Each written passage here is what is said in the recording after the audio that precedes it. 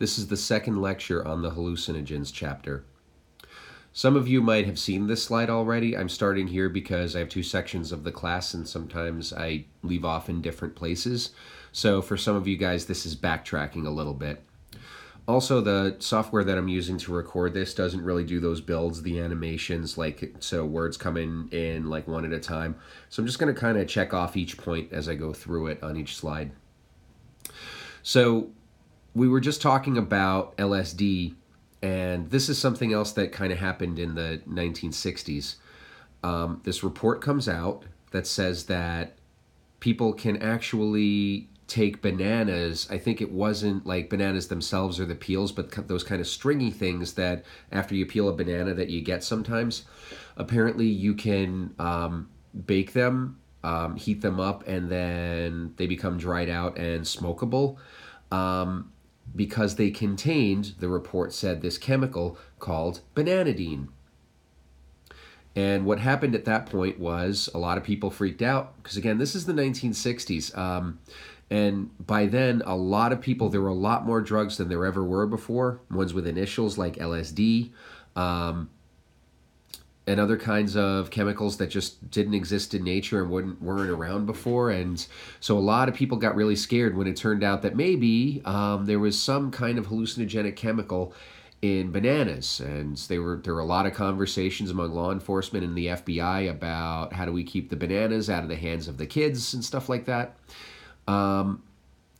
It turns out that this was something from the Berkeley Barb, which is sort of like a humor newspaper, if you're familiar with The Onion. So it was kind of like that. It was never a real thing. They tried to make it look like a real honest-to-goodness research report, but it was definitely a hoax, and they were trying to basically, play off of a lot of hysteria and paranoia related to drugs, and the fact that there was a lot of suspicions that college kids were all on drugs back then. So it was never a real thing. It was actually revived in the 1980s in the Anarchist Cookbook, which was a book that held a lot of bad ideas and talked about how people could take peanuts or bananas and use them in different ways to hallucinate. But all of those are hoaxes and they're not real. So back to actual drugs that really do work. So again, this is once again in this class of serotonin-acting hallucinogens. So psilocybin is the name of this chemical that's in certain mushrooms that people call shrooms. Certain species of mushroom, there are different poisons that some mushrooms have. Well, this happens to be one of those poisons. And it's called psilocybin. The interesting thing here is that as scientists were trying to figure out what it is, what this chemical is in mushrooms that causes people to hallucinate, they went to somebody who knows this kind of thing. They went and talked to Albert Hofmann, the guy who invented LSD. And he discovered and named this chemical psilocybin. When I would sometimes see drug pamphlets and things like that, they would say psilocybin/psilocin. And that was a bit confusing. What's happening there is that if a person eats these mushrooms, the psilocybin is metabolized into this other chemical called psilocin, and that's really the chemical that has more of that hallucinogenic quality. Again, because similar to LSD, it's a 5-HT2A serotonin agonist. Because of that, it's going to have pretty similar effects to LSD, only the effects are considered not as strong, maybe more emotionally positive. But other than that, there's a lot of similarity between the two. Okay, this is another serotonergic hallucinogen. Dimethyltryptamine, or DMT. It is what we call, as many hallucinogens are, an entheogen. This is a term that I guess literally entheogen means creates God within, or the textbook says creates the divine within. In other words, in plain terms, the word entheogen means it's a drug that produces a spiritual experience or an experience of a relationship with the divine. DMT has a stronger hallucinogenic quality than LSD, so people talk about visions, people talk about an altered state of consciousness compared with LSD, where we talked about distortions. In other words, seeing things in the real world. So someone typically on LSD is present in the real world. They're just seeing things and experiencing things in a very different way than they normally would.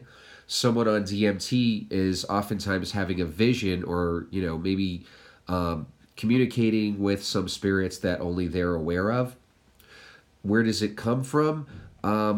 There are groups in South America that use the bark of certain trees and use DMT from that. There's also a certain kind of toad that they take it from. So DMT is produced by this toad. It also produces a chemical called bufotenine that originally people thought was the hallucinogenic chemical that this animal produces. But it's actually DMT, a large quantity of it that this animal produces as, sort of as a poison. But, the interesting thing there is that usually we don't hear about drugs coming from animals if they come from natural sources. They're from plants. Another thing about it is it's endogenous. It comes in the body. It is probably a metabolite of serotonin. What is it doing in the system? Probably not very much. We talked about this with GHB to a certain extent. So again, GHB is a metabolite of GABA. If someone takes GHB as a drug in a high dose, they're going to have, they're going to have a certain experience. They're going to get high off of it. But in the body, it's probably not doing very much at all. DMT, I'm guessing it's similar. There are some reports out there that DMT has to do with dreams, but not too many scientists put a lot of stock in those reports. It seems a little bit down pat. In other words, there's really not much actual evidence that people release a bunch of DMT when they go to sleep. It's more like it makes sense that someone would have a dream, and since a dream is basically hallucinating while you're asleep, right? It makes sense that this would be the cause of it. Some people consider it a very divine chemical. Some people consider that God or gods put it there in order for people to have spiritual experiences. But obviously, this is really a lot of speculation. And so probably what it's doing there is not very much at all. And in fact, one of the issues is that sometimes people hear that it's taken in the body, and they assume that it's natural and therefore it's safe. So DMT is oftentimes taken as a smokable form, as a free base, similar to how cocaine is made into a free base form, and it's smoked. It's very often taken at the same time as an MAO inhibitor. We haven't dealt with this term too much yet. You've seen it in the textbook. An MAO inhibitor was originally a form of an antidepressant. It blocked an enzyme that breaks down serotonin. Well, this enzyme also breaks down DMT.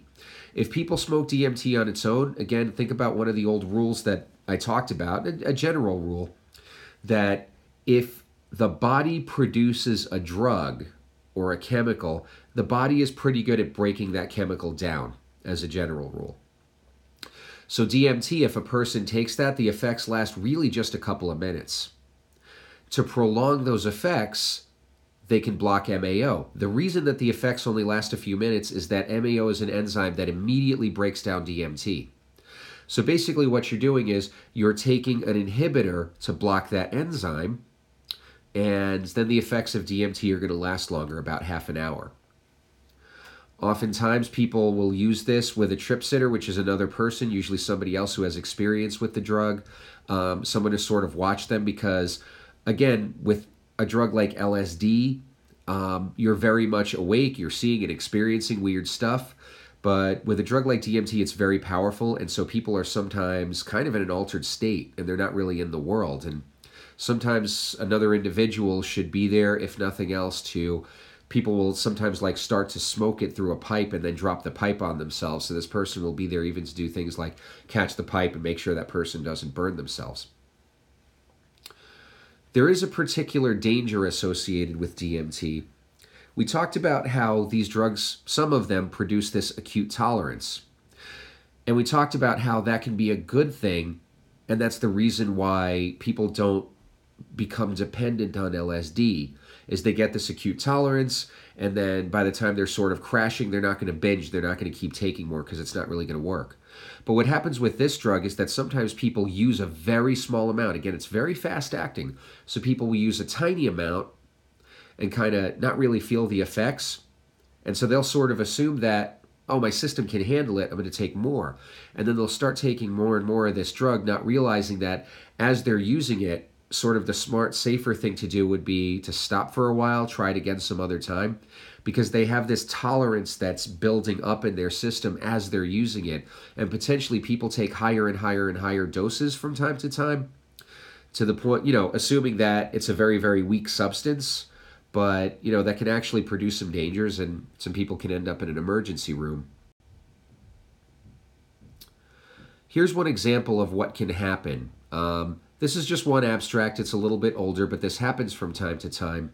So this is a case study, not from somebody being harmed from DMT itself, but from the monoamine oxidase inhibitor, the MAOI, that they take alongside of it, resulting from internet misinformation on illicit substances.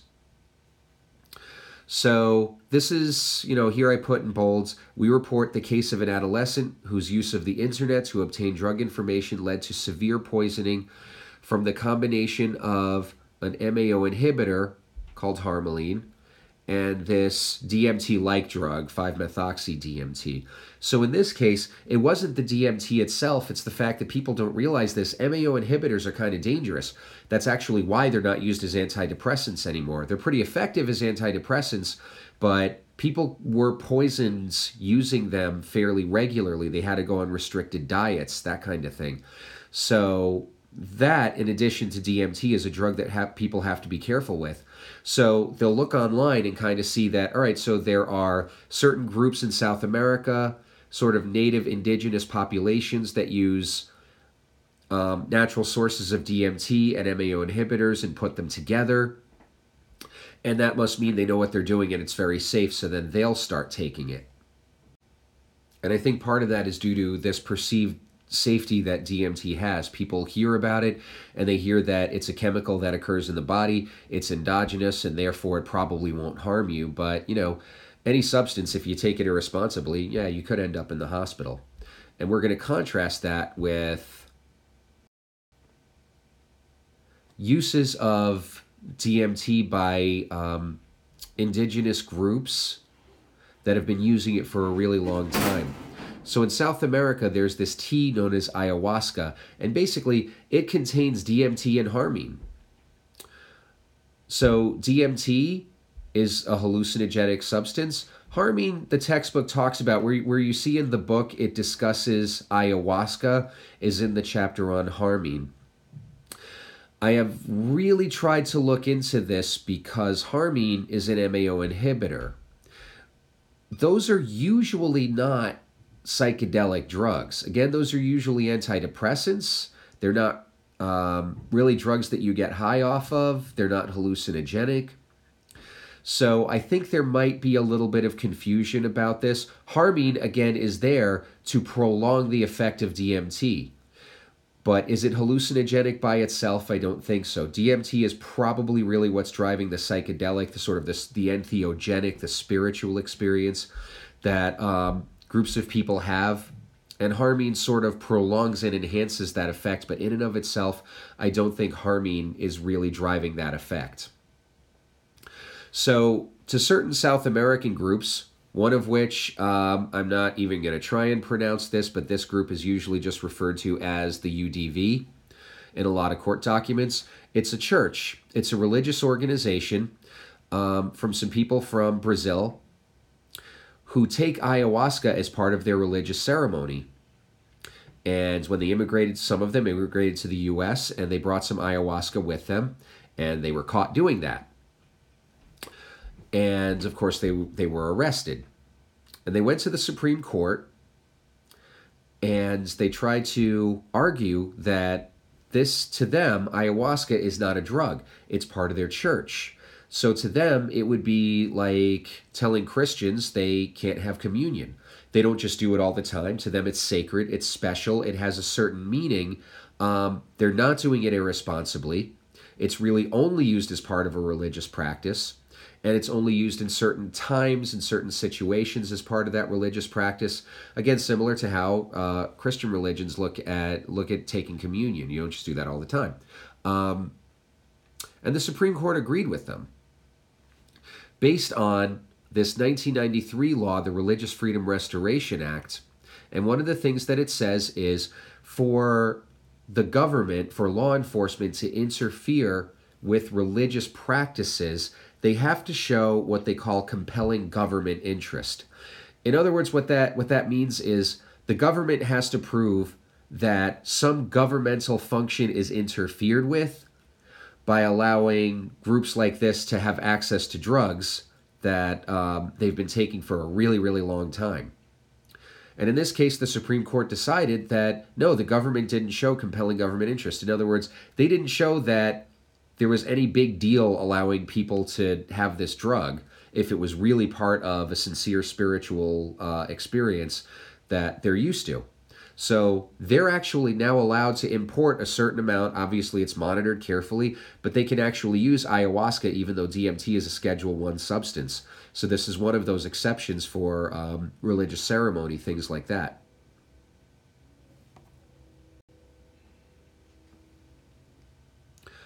Okay, so those are the serotonin-acting hallucinogens. I know the textbook also talks about lysergic acid amide, but I'm skipping that one.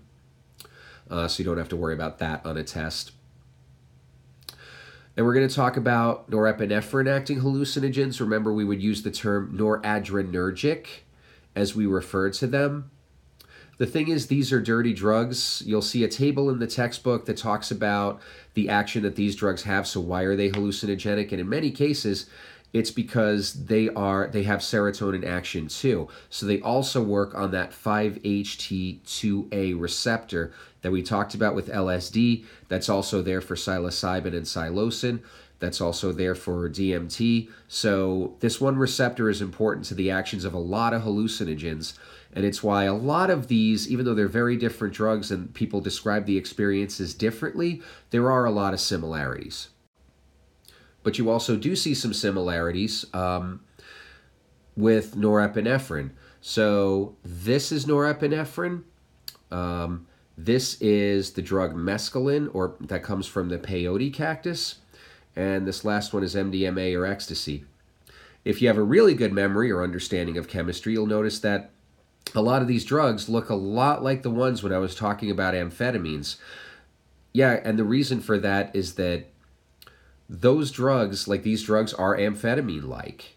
So they're more hallucinogenic, probably because they work on that serotonin receptor, but there are a lot of similarities between the chemical structure of these drugs and amphetamines.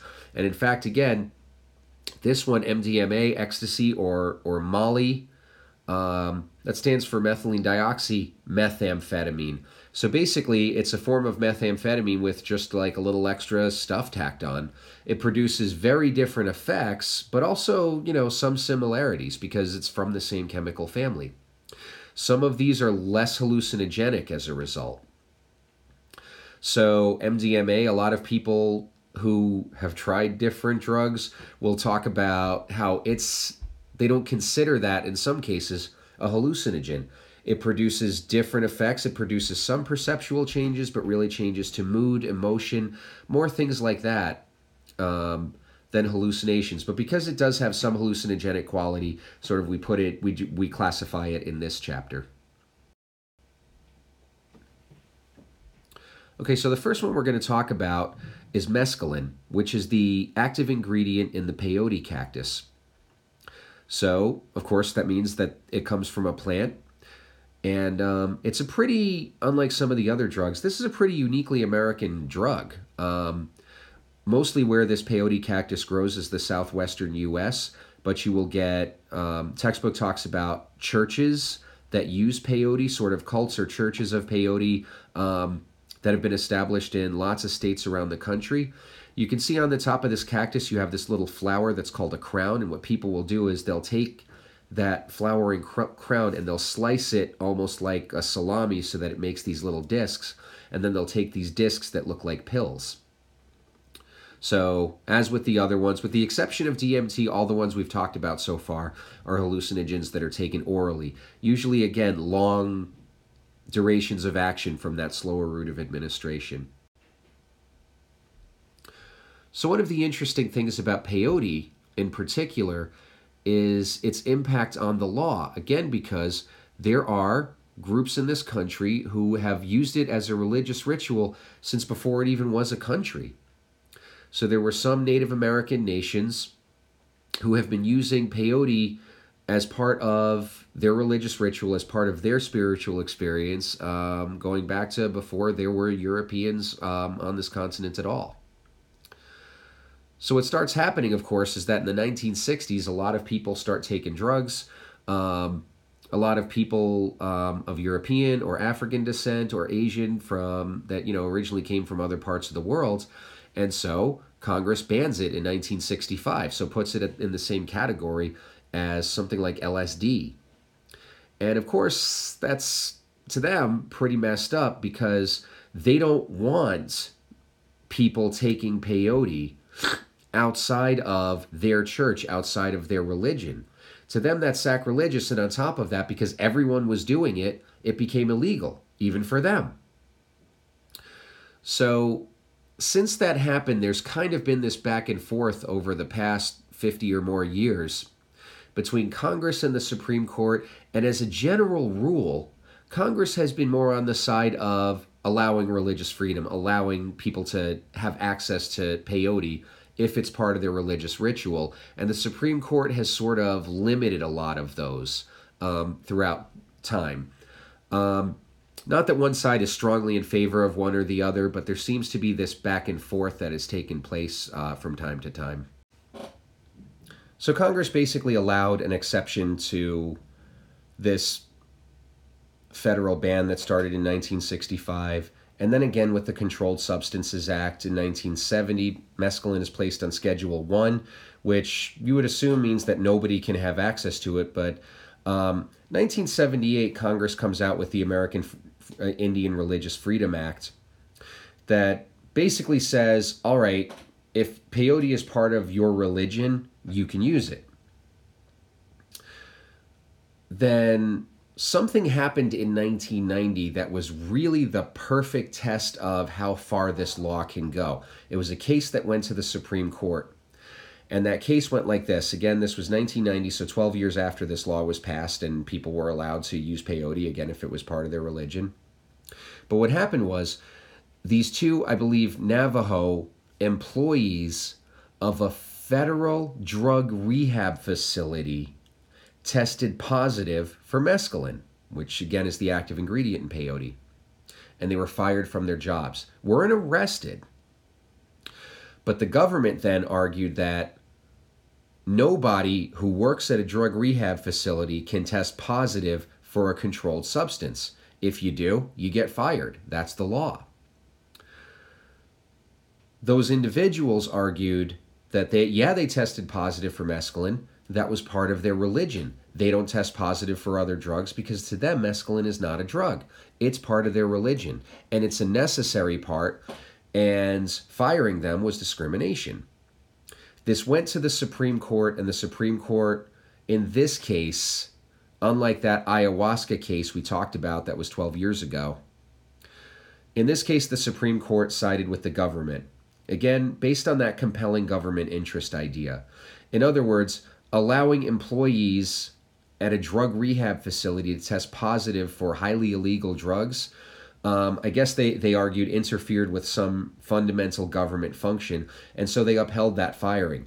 Congress shoots back with that Religious Freedom Restoration Act, which we've already talked about. So they passed that and then repassed 1 year later a new version of the American Indian Religious Freedom Act to basically say, no, seriously, if this is part of people's religion, let them do what they will. Supreme Court has kind of gone back and forth a little bit. And again, the Supreme Court has the power to rule these laws unconstitutional or to limit how far they can be applied. So they've gone back and forth. Probably in this day and age, if the exact same Supreme Court case came down, like it did back in 1990, I'm guessing you would probably have the same decision. So that's a little bit about kind of what's been going on in the past 30, 40 years in our country with laws about certain groups and whether they're allowed to use hallucinogenic drugs.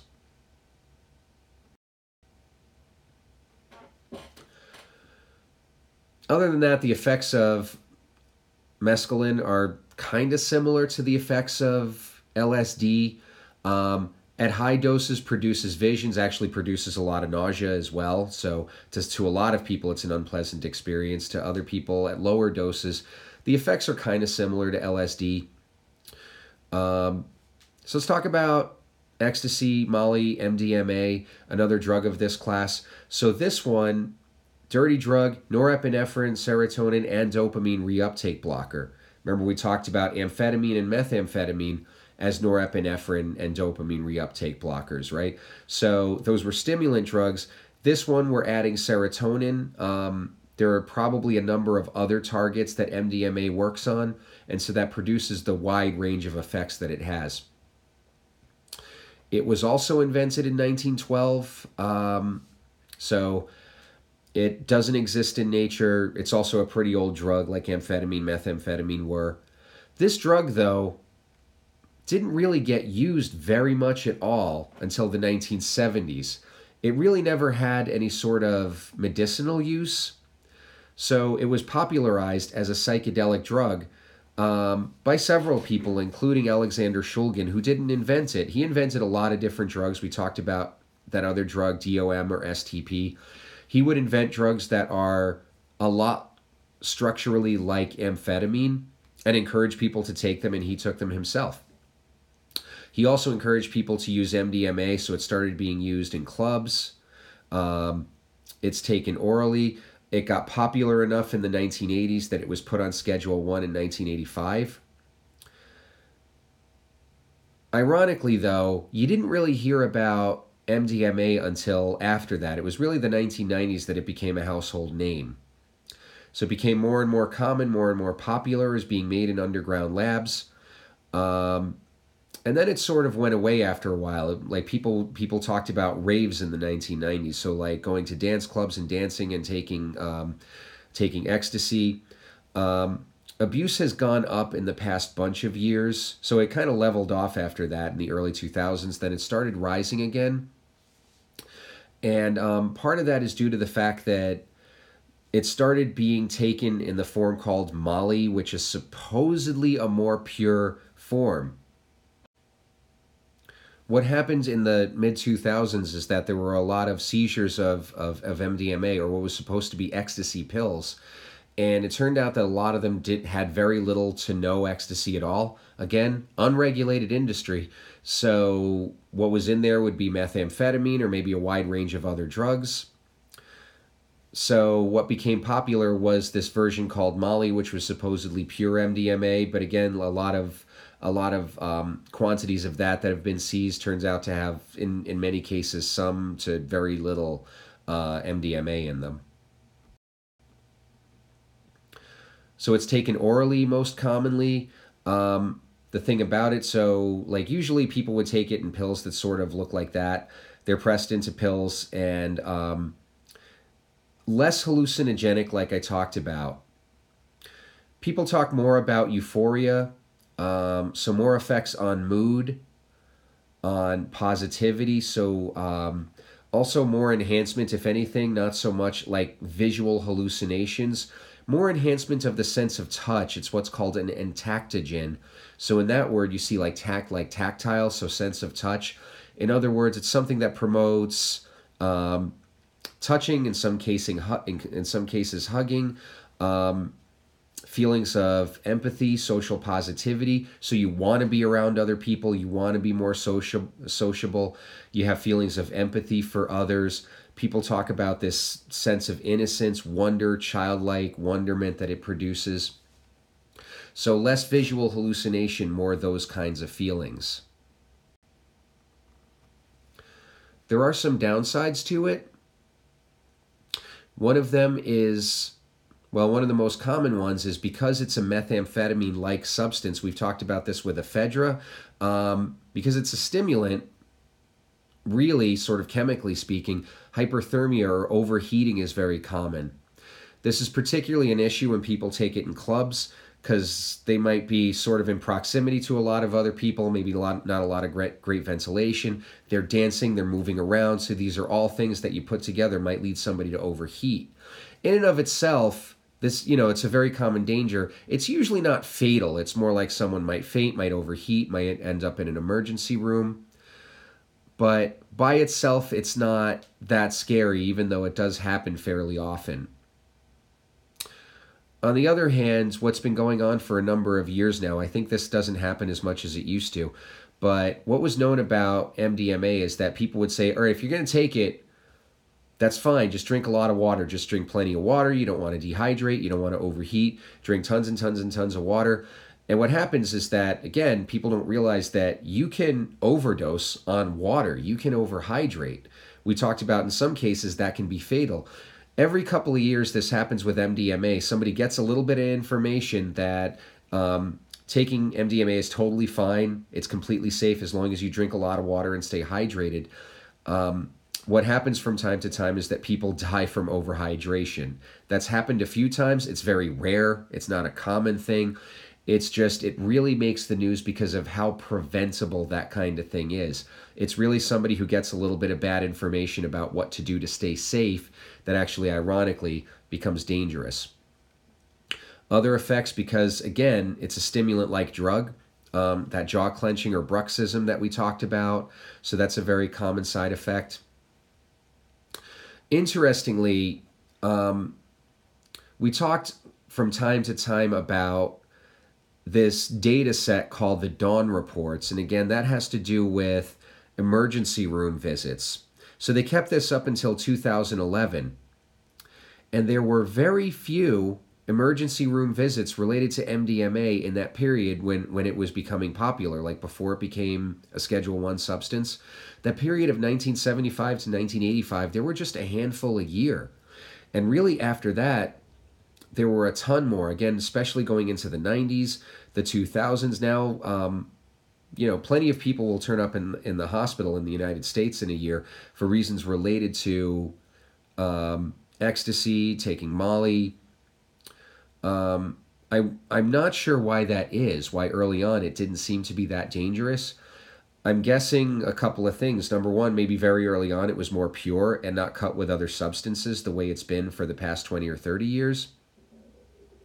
Secondly, I think maybe, kind of like an individual, someone starts taking a drug, they're careful with it. They take very low doses because they know they're not used to it. And after a while, they develop this familiarity, and that's when it gets more dangerous. They start taking more and more. They feel like their system can handle it. They know what they're doing.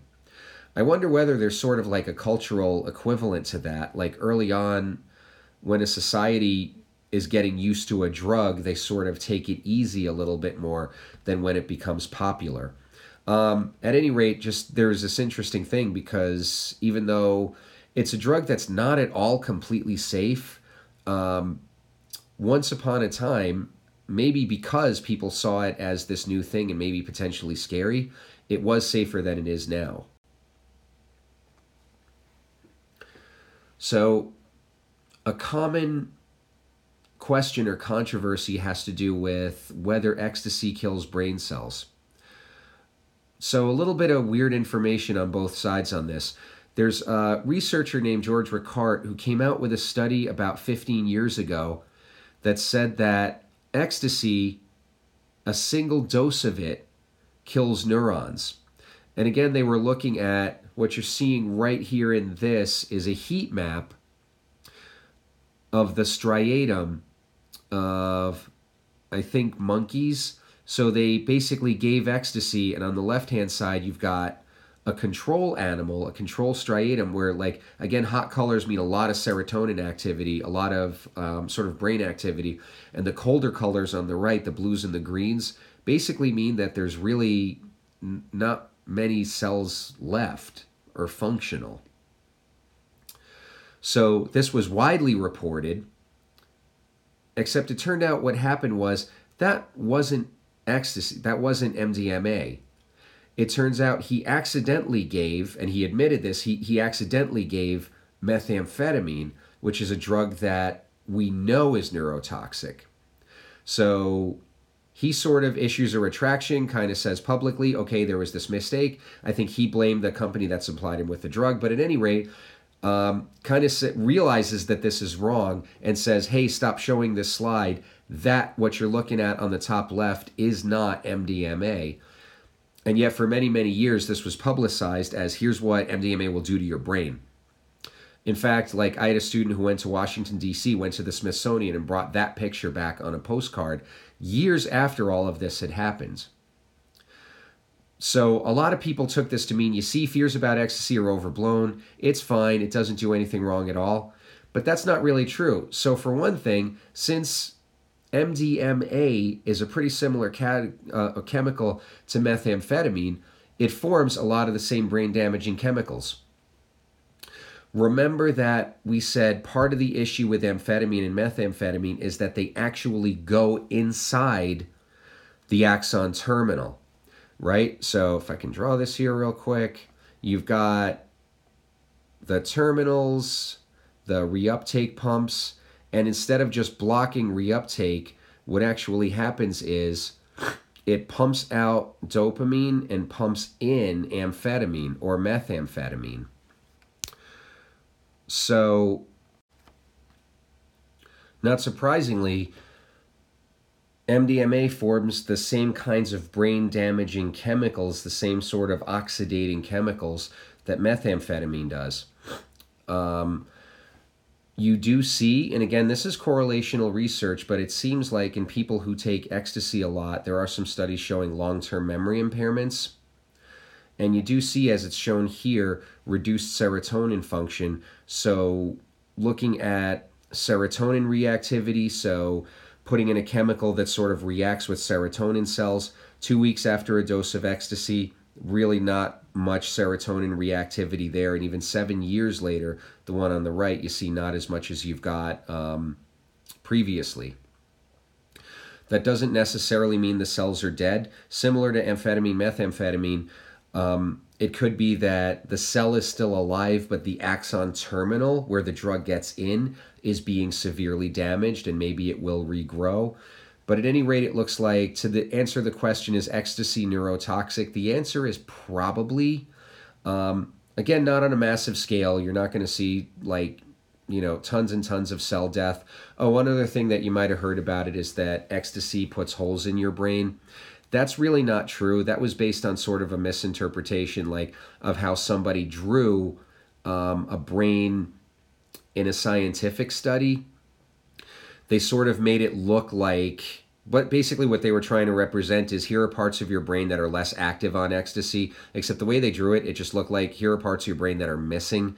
But yeah, ecstasy does not, if you've heard that, put holes in your brain. So you're not going to, if you could look inside someone's head, see massive damage on that kind of scale. But nevertheless, what I would be worried about, especially since this is a drug that people have been taking only for about 20 years, is maybe down the road, higher instances of things like depression, Parkinson's disease, things that are sort of based on these monoamine neurotransmitters. These are just guesses, but probably there is some neurotoxicity going on. But do I know that for certain? No. On the other hand, there are some groups that want to go back to what Albert Hoffman was trying to do with LSD. So there's a group called MAPS. I'm blanking right now on what it stands for, but it's an organization that is trying to actually do clinical trials to see if different kinds of hallucinogens would be good in different kinds of therapy. So for one thing, ecstasy for post-traumatic stress disorder. Again, if somebody is in therapy, this is a drug that produces those feelings of social positivity, of being childlike, of this feeling that other people are good, that the world is not that bad. And so maybe that might be helpful for people suffering with post-traumatic stress disorder. LSD and psilocybin for cluster headaches. This is because of that serotonin action. A lot of the medications that people take for migraines, the ones that end in triptans, those are serotonin-acting drugs. They don't cross into the brain, so they're not hallucinogenic. But LSD and psilocybin might actually be pretty good for some very, very severe headaches. There's another drug that we haven't really talked about, one called ibogaine, and this sort of grows in what's called the iboga root, I think in Africa. It's a hallucinogen by itself, but at low doses, some people say it actually reduces cravings for things like cocaine and alcohol. Not just cravings in people, but also, again, that self-administration model. If you give it to a person, you're always wondering a little bit, is that kind of placebo effect? So saying they're taking this drug, but they're taking it at low doses, so you're not taking it at hallucinogenic doses. You're taking a really low dose of the drug, and people who are addicted to cocaine or alcohol will say they don't feel the cravings very strongly. So it's interesting to look in a species like rats that really, they have no expectation about what the drug is going to do for them. You can just have them self-administer for cocaine, and it turns out with ibogaine, they really don't press levers for cocaine as much. So these are things that have been looked at. They're in development. I'm guessing don't hold your breath about any of them being approved anytime soon, particularly ibogaine. So you're talking about people who are addicted to some substances, and you're taking a drug that, is a psychoactive drug. So that's probably going to be a little bit contentious. So I don't think that's going to be approved. But it's just interesting that there are some groups that are looking into uses in therapy for hallucinogens, sort of similar to what Albert Hofmann thought LSD was going to be. Okay, so we're going to quickly talk about salvia, moving on to this other category of miscellaneous hallucinogens. I think I'm a little bit out of order. We'll be talking about the acetylcholine-acting ones, because you remember there were those for the serotonin, the norepinephrine, so we just covered that, acetylcholine, and this miscellaneous category. So salvia is in this miscellaneous category, very different action from these other ones. It's an agonist at the kappa receptor, so that's a kind of endorphin receptor. Now, I guess this is a little bit misleading because salvia is not an opioid, so it doesn't act like opioids work. It might block pain, but that's about the only similarity. Other than that, it's a drug that induces an altered state of consciousness. So people, when they take it, really, really feel like they're kind of in a different world completely. It's a very strong and profound experience. It lasts really just a couple of minutes. It's on Schedule 1 in a lot of places. But the interesting thing about it is it was more popular a few years ago when you could buy it legally, kind of in convenience stores, drugstores. What's happened since is that some research, your book talks about this, takes a poll of high school students, I believe, who have tried it, and the majority of them say they're good, they don't want to take it anymore. They did it once, and that's it.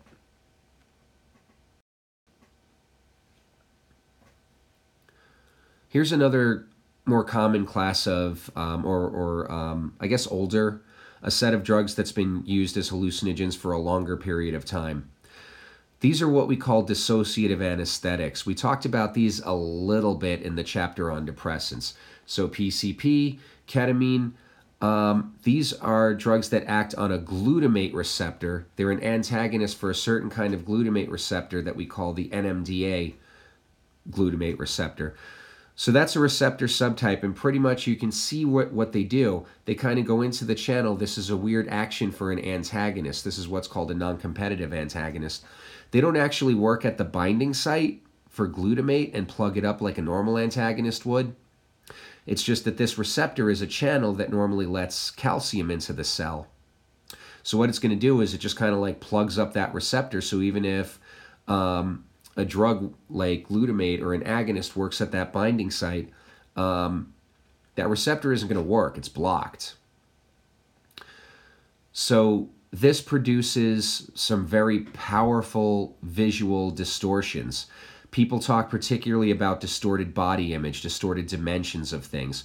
Looking down a road and having this sensation like, you might be able to see like a quarter mile, but feeling like it's just a few feet long, or something that looks very, very close appears very far away. And when people look at themselves in their own bodies, they also get like sort of a similar perspective on that.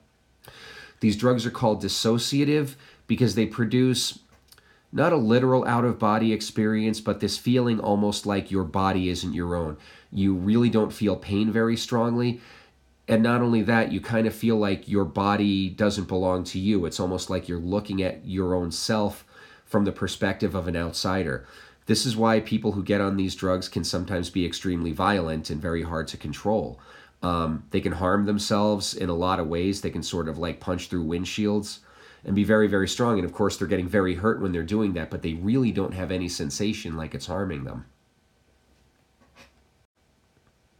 Effects of these drugs, as we talked about, they're considered hallucinogens, so they're in this chapter, but again, we talked about the distortions that it produces, especially distortions, distorted sense of dimension, so how large or wide things are, or how far or near.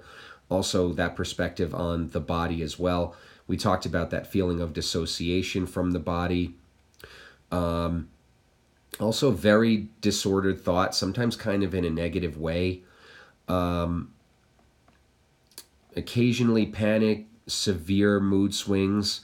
People can become violent, so that's one thing that's known about PCP.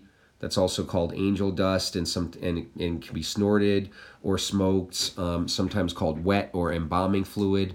That would be PCP, the sort of a cigarette, either marijuana or tobacco that's dipped in PCP. It's called embalming fluid. Some people make a mistake and actually smoke embalming fluid, but that's not the same thing. Okay, talking now about acetylcholine-related hallucinogens. What these are, remember that there are two kinds of acetylcholine receptor, nicotinic and muscarinic.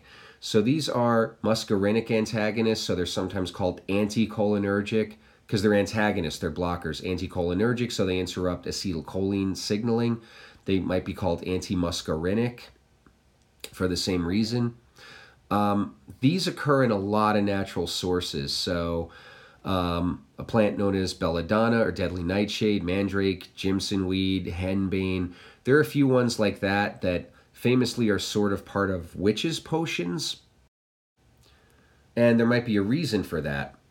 So these produce severe cognitive impairments, so amnesia, attentional issues, hallucinations, so again, visions. People will see or experience really, really, really weird and out there kinds of things.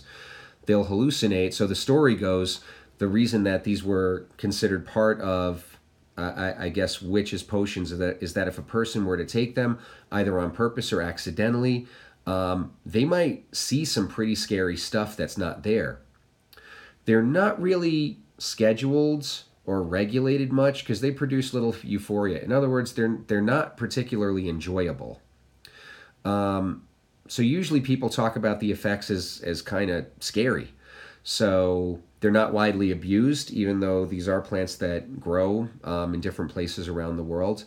They're also sedating. They are commonly used, so they tend to have two chemicals in them. One is called scopolamine and the other is called atropine.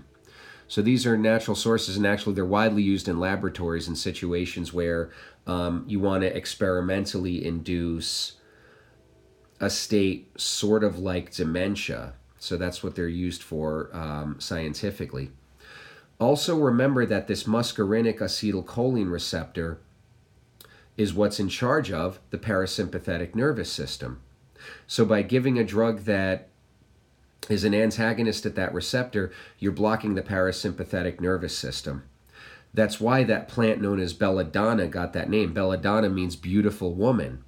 Where that comes from is that it was actually used as a cosmetic. So women a long time ago would take belladonna, this plant, this very poisonous chemical, and take the essential oils out of it and drop it into their eyes. And what would happen, remember that the parasympathetic nervous system normally constricts the pupils. So that gives you tiny little pupils. If you block that effect, what you get is these gigantic doe eyes. These like really, really, you have like that, you're seeing like no pupil and only the blacks of the eyes, really, really large. And apparently that was seen as really attractive, so people would use that. And that's where that name belladonna comes from. The last one I'm going to talk about is This ingredient in a lot of over-the-counter cough syrups called dextromethorphan or DXM, or sometimes just DM, or sometimes actually DMX. Chemically speaking, it's an opioid. It really doesn't bind it binds only very weakly to that mu-opioid receptor. If someone were to take a lot of it, it would have opioid-like effects. But really what happens is people will use a lot of cough medicine, what's called robo-tripping, so drink a lot of cough medicine that has this ingredient in it, and they will have this sort of like dissociative hallucinogenic experience on that. The thing about this chemical is if it's used in large doses, people get addicted to it and it can cause cognitive impairments. This is a very dirty drug, and so it has a wide range of different actions. At high doses, it works on that same NMDA receptor that PCP and ketamine work on. It also, like I said, it can be an opioid at high doses. That's why it's a cough suppressant. Remember, we talked about that being an effect of opioids. So there are receptors throughout the body that sort of will suppress cough if they're activated. So that's how it works medicinally. It also works on some serotonin receptors. So this does a wide range of things. There are some reports that it can produce brain lesions. So some of the hallucinogens, you'll note, that we talked about, some are relatively safe and really produce almost no toxicity, no overdose like LSD. And then you've got some other ones that have some scary side effects. And again, all of this has to do with the fact that this is a category of drugs with a wide range of different actions. And so there's going to be a lot of different things going on. And really the only thing they have in common is that they produce these perceptual changes. Some do it to a great extent, some don't do it very much at all, and more work on mood and euphoria, that sort of thing. But so very, very diverse category of chemicals. Okay, so that's the lecture, and you will have a test on Thursday, November 8th, and I will see you in class the following Tuesday.